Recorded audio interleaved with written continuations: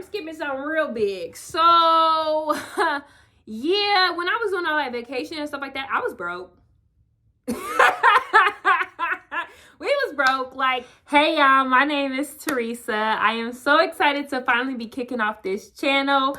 Y'all, I'm gonna just tell y'all about the bloopers. I'm over here trying to set the setting, be on my couch with tea, and that's just not how I'm comfortable and not how I want to talk to y'all. So scratch all that formality. We gonna do it like this. I'm sitting on the floor in my crib, and usually you'll find me sitting on the floor in my crib because my carpet is comfortable.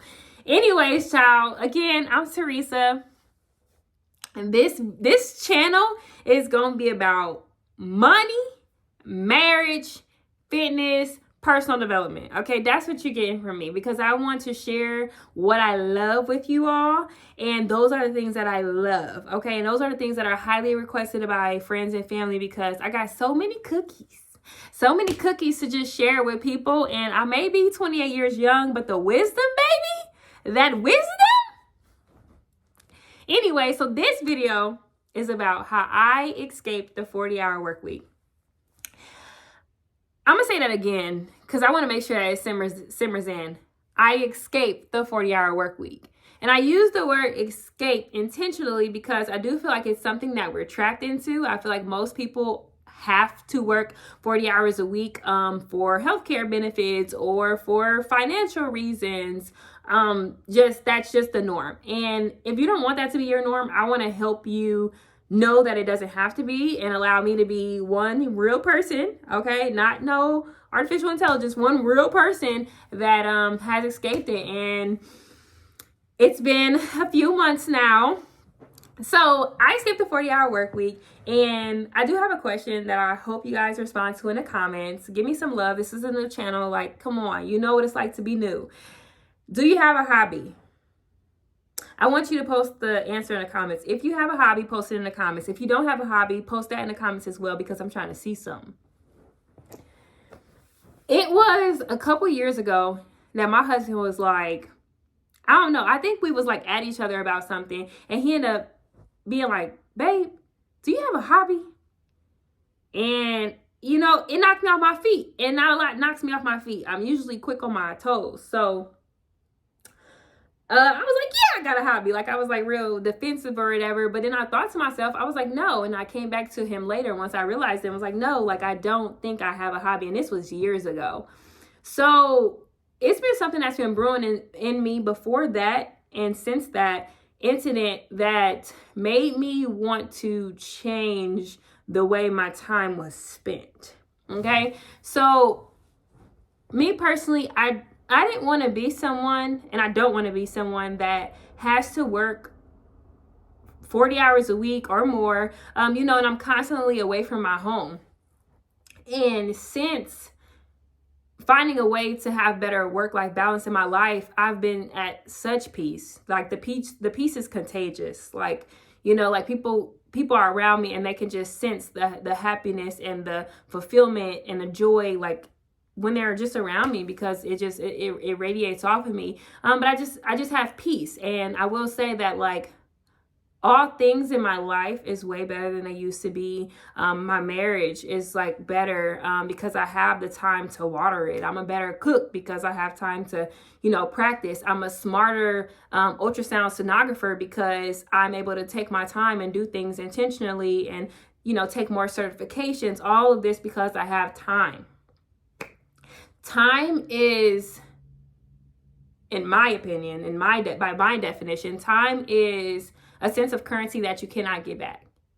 You can always make more money. If you lose money, you can remake it, but you can't get back your time. So yeah, it's not for me. And if you want to work all of that time, for somebody else or even for yourself, if you want to be out the house just doing whatever, to each their own. But for me, it was not working. For me, it wasn't working because I just felt like everything in my life, like my fitness was taking a back burner. My marriage was taking a back burner. How I treated maybe my patients took the back burner, everything, because I wasn't happy. I wasn't satisfied. I wasn't fulfilled. And nothing fulfills me like being able to clean my house top to bottom, being able to cook new recipes for myself, for my family, them try it, I like it. For me to read books that literally grows my mind. I've read so many books. I would say to date, I've probably, in the last year, because I think I started reading like 13 to 15 months ago, somewhere around there. Like, I've probably read 30 books, yo. Okay, that might be cat. Maybe 20, but whatever. I be reading books. Whatever I'm going through in my life, I find a book for it.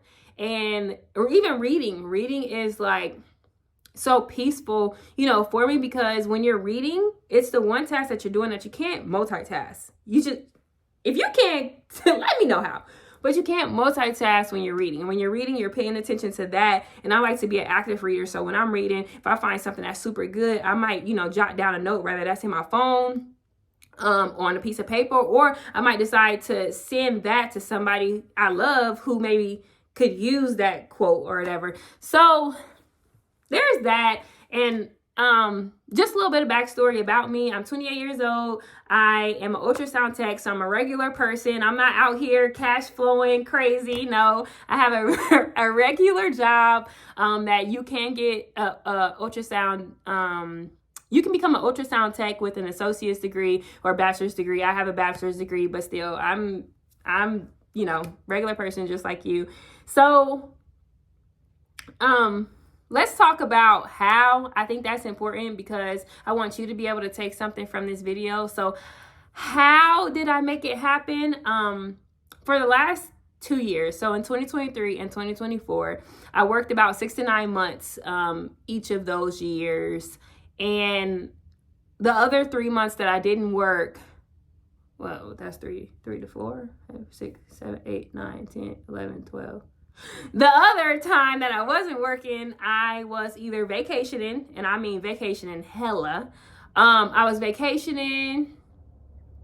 I was probably like just staycationing, like relaxing at home, visiting family, things like that. But I only worked 6 to 9 months. Like, my income was only for 6 to 9 months. And I found that I was able to comfortably live off of that. And when I decided to move back home permanently, done travel working, I was like, yo, I can't. Like, after having that freedom, that flexibility, and that time back, I can't go work anywhere where you expect me to show up 5 days a week, 40 hours a week. I can't do that. You know what I mean? Like, I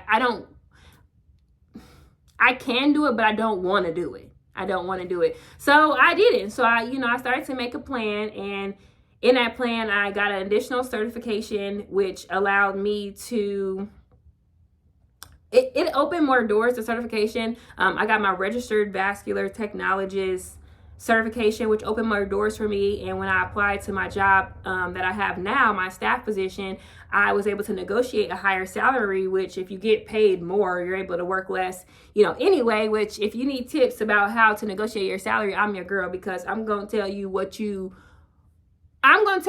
at least worth to the company. Granted, you're always worth more than what a company is willing to pay you, but I'll be able to tell you that. We can talk about that, but we're gonna stay the course on this video. I was able to negotiate, you know, my desired salary. And why do I feel like, hold up, I'm skipping out on something. Negotiate my desired salary. Oh, yeah, I'm skipping something real big. So, yeah, when I was doing all that vacation and stuff like that, I was broke. We was broke, like, and I learned that about 80% of Americans is broke. That's wow. About 80% of Americans is broke, living paycheck to paycheck. And the way I define broke is like when your liabilities exceed your assets, and my liabilities exceeded my assets. Like, to the point where I was always chasing a bag. Like, I was always trying to get a new travel contract to make a little bit more money so that I could get a little bit ahead, just to take a trip that I couldn't afford and get a lot behind, things like that. And it was like this hamster wheel. Granted, was the trips fun? Yeah, but my trips now that I don't have a car payment, my trips now that I don't have student loans, is so much better. I'm not on a trip or coming home from the trip thinking about money and how I don't have it no more. Like, I just, and sorry if y'all see me looking here. I know the camera is right here, but whatever. deal with it. So trips is a lot more fun for me and my husband now that we're not constantly thinking about money and what we don't have and things like that. And I know it's an uncomfortable topic for a lot of people. A lot of people don't like to talk about what they make in their career fields. They don't, which I think is holding you back, because if your associate is making, $5, $10, $15, $20 an hour more than you, had y'all talked about things, then you would also probably be making the same as that associate. But, to each their own. However, a lot of people don't like to talk about like being broke, but like if about 80% of Americans is broke, that means, if I'm not mistaken, every 8 in 10 people that you come across is like broke, living paycheck to paycheck. So it's like there's more of us that's like that than it's not. So like we don't have to be out here trying to act like we're any better or we have more than the next person, because we don't. So my husband and I, we paid off both of our cars, so we no longer have a car payment, and all my student loans is paid off. So we're a marriage. We do things as a team. My husband had more student loans than I did because I had a full ride. So we decided to do the debt snowball. And with the debt snowball, you pay off the lowest debts to the highest debts. And like I said, I don't have no student loans. We don't have no car payments. And the only person I by myself owe is for my house. That's it.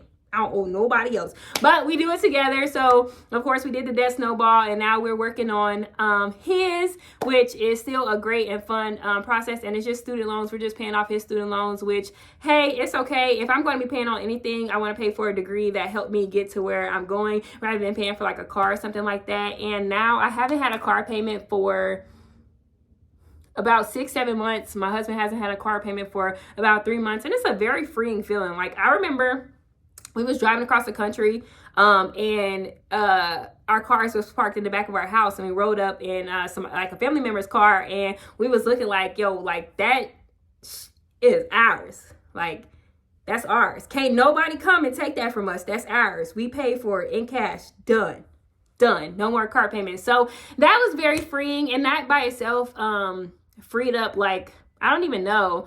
If I can just do simple math, I want to say my student loans, our car payments by itself freed up like $800 a month. So when you pay off debt and you free up that type of money, you're able to decide, do you want to use that $800 a month differently, or do you now want your lifestyle to be where you can make $800 less? And for me, it was a better decision for me to work less. Like now that I don't have to pay as much in bills, like I want to work less so that I can be home. And with me being home more, like I'm able to cook more. Cooking more saves money. I'm able to grocery shop, during the daytime when there's less people out. So there's less, stress for me when I'm able to go to the grocery store at 10 a.m. on a Tuesday when everybody else is at work. I'm not in traffic. I decided to get a job very close to home. Like just all these things have come together and help me be at peace, and you can accomplish that too. Like my actionable steps for you guys is going to be to think about like what's 1 to 2 things that you're willing to go without for a small period of time so that you can get ahead. And just for an example, like you see my hair? Is it beautiful? Do you think it's beautiful? If you don't think it's beautiful, keep your comment to yourself. But if you think it's beautiful, please comment below and let me know. Anyways, I did my own hair. I do my own hair now, and that saves me at least $200 a month. Like my hair goes to the bottom of my back, like to my panties. My hair is very long, and hairstylists for locks be charging crazy for my long hair, and I save at least $200 a month doing my own hair. I do my own hair now, and y'all gonna get me for this one. I do my own pedicures too. I know.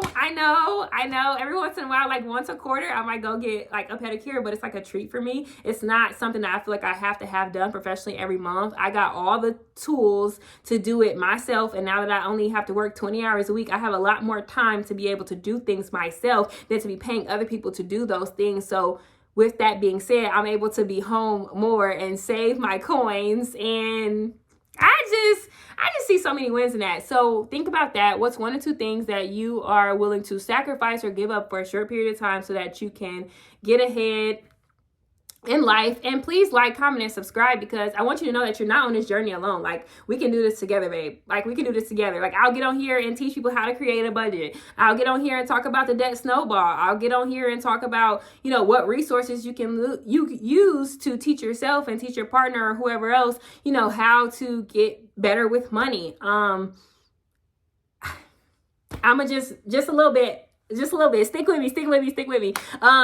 Now that I have a better relationship with money, finances, and things like that, let me just tell you that money flows to me, honey. I don't care what it is. I just had a contractor come into my house. They did work, blah, blah, blah, blah. Guess what? My end balance of what I owed was $300 less than what it was supposed to be. So there's that. There might be a situation where like, I'm just, either money is flowing to me or I'm always getting discounts on stuff. And I think just the fact that I respect money and I have a good relationship with money now, that now money flows to me, that's more of a manifestation thing. I am a Christian, godly woman, but I do believe that things can be manifested. And if you treat things right, then it's kind of like the law of attraction. So I think since I treat money well, money flows to me. And when I was still getting money though. Back when I was broke, I was still getting money, but I will say it didn't flow to me the same way. I had to work hard for it, whereas now I don't have to work so hard. Sometimes I could just wake up and be blessed with a financial blessing, and, you know, that's beautiful. Actually, the other day I was able to tithe.